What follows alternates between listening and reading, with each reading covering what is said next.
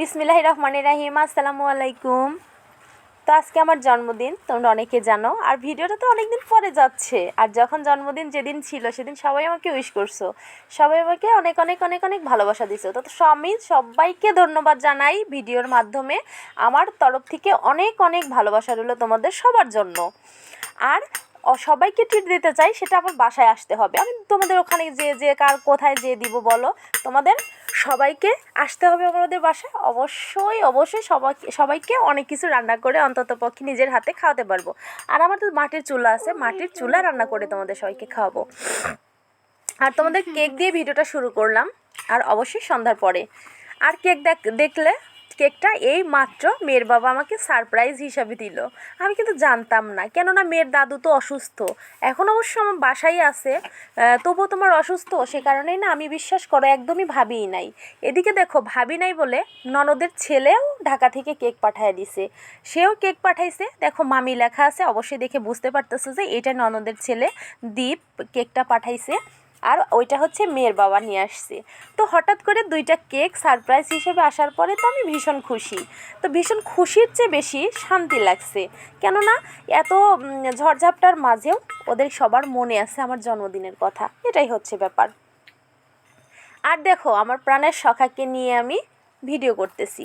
আর ওকে এখন কি বলতেছি জানো, যে আজকে যদি তুমি ভিডিওর সামনে না আসো, আজকের পর থেকে আমি ভিডিও করব না। অনেক বকাবকি করতেছিলাম।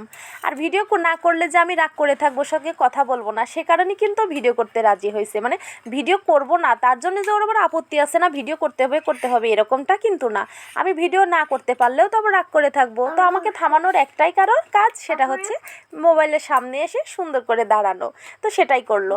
তো আমি ওকে এখন বলতেছি যে ফোনে আমার সামনে যখন আসছো, ভিডিও যখন করতেছো, আমাকে একটু দোয়া করে দাও, আমার জন্মদিন বলে কথা। তো দেখো দোয়া করার কি ঢং, এতই লজ্জা এতই লজ্জা। লজ্জা থাকা ভালো, তো ছেলেদের তো লজ্জা শরম কম, কিন্তু আমার মেয়ের বাবার আবার অনেক লজ্জা। যাই হোক, এখন আমরা কেক কাটবো।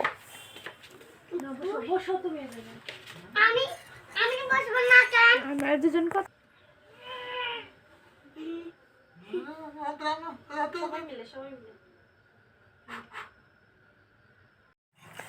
তো যাই হোক, অবশেষে কেক কাটা শুরু করলাম।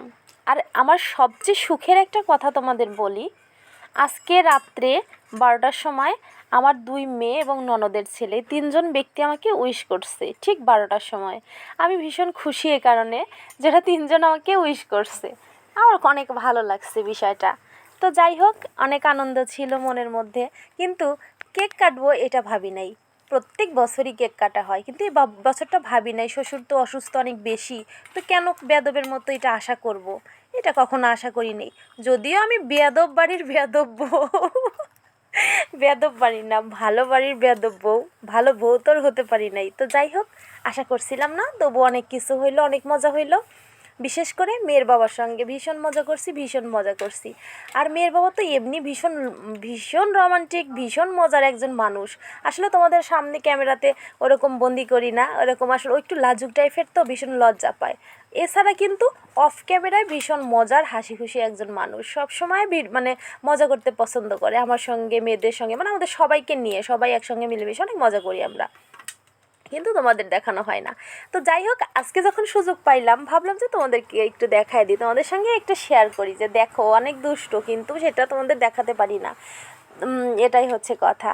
আর আমার মেয়ের বাবাকে বললাম যে আমাকে কেক নিয়ে এসে দিলে, চলো তোমাকে একটু কেক মুখে লাগাই দিই। তোমাকে তো কেকই লাগাতে পারি নাই। আর দেখো 2 মেয়ে অমনি শুরু করে দিছে আমার মুখে লাগানো, আর মেয়ের বাবাকে লাগানো।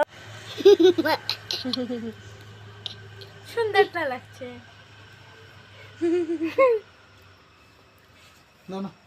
যেটা বলতেছিলাম, মেয়ের বাবাকে লাগানোর উদ্দেশ্য যত ব্রণ ওর মুখে উঠুক, মেয়েদের ত্বক নষ্ট করব না, নিজের ত্বকও নষ্ট করব না। সে কারণে আমরা সবাই ঝাঁপিয়ে পড়ছি মেয়ের বাবার মুখে ক্রিম লাগানোর জন্যে।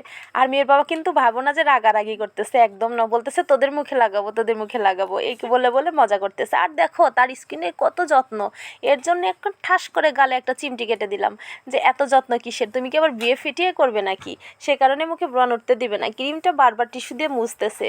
তো যাই হোক, ভীষণ মজা করলাম, ভীষণ ভালো লাগলো। আর এই মজার মধ্যে কিন্তু আমার শ্বশুরমশাইও ছিল, কিন্তু তাকে ফোনে দেখাই মানে ভিডিওতে নিয়ে আসি নাই। তার আবার ফটো তুলতে সমস্যা, লজ্জা পায় তো একটু, তাই সে কিন্তু ফটোই বলে, কারণ আমিও ফটো বললাম।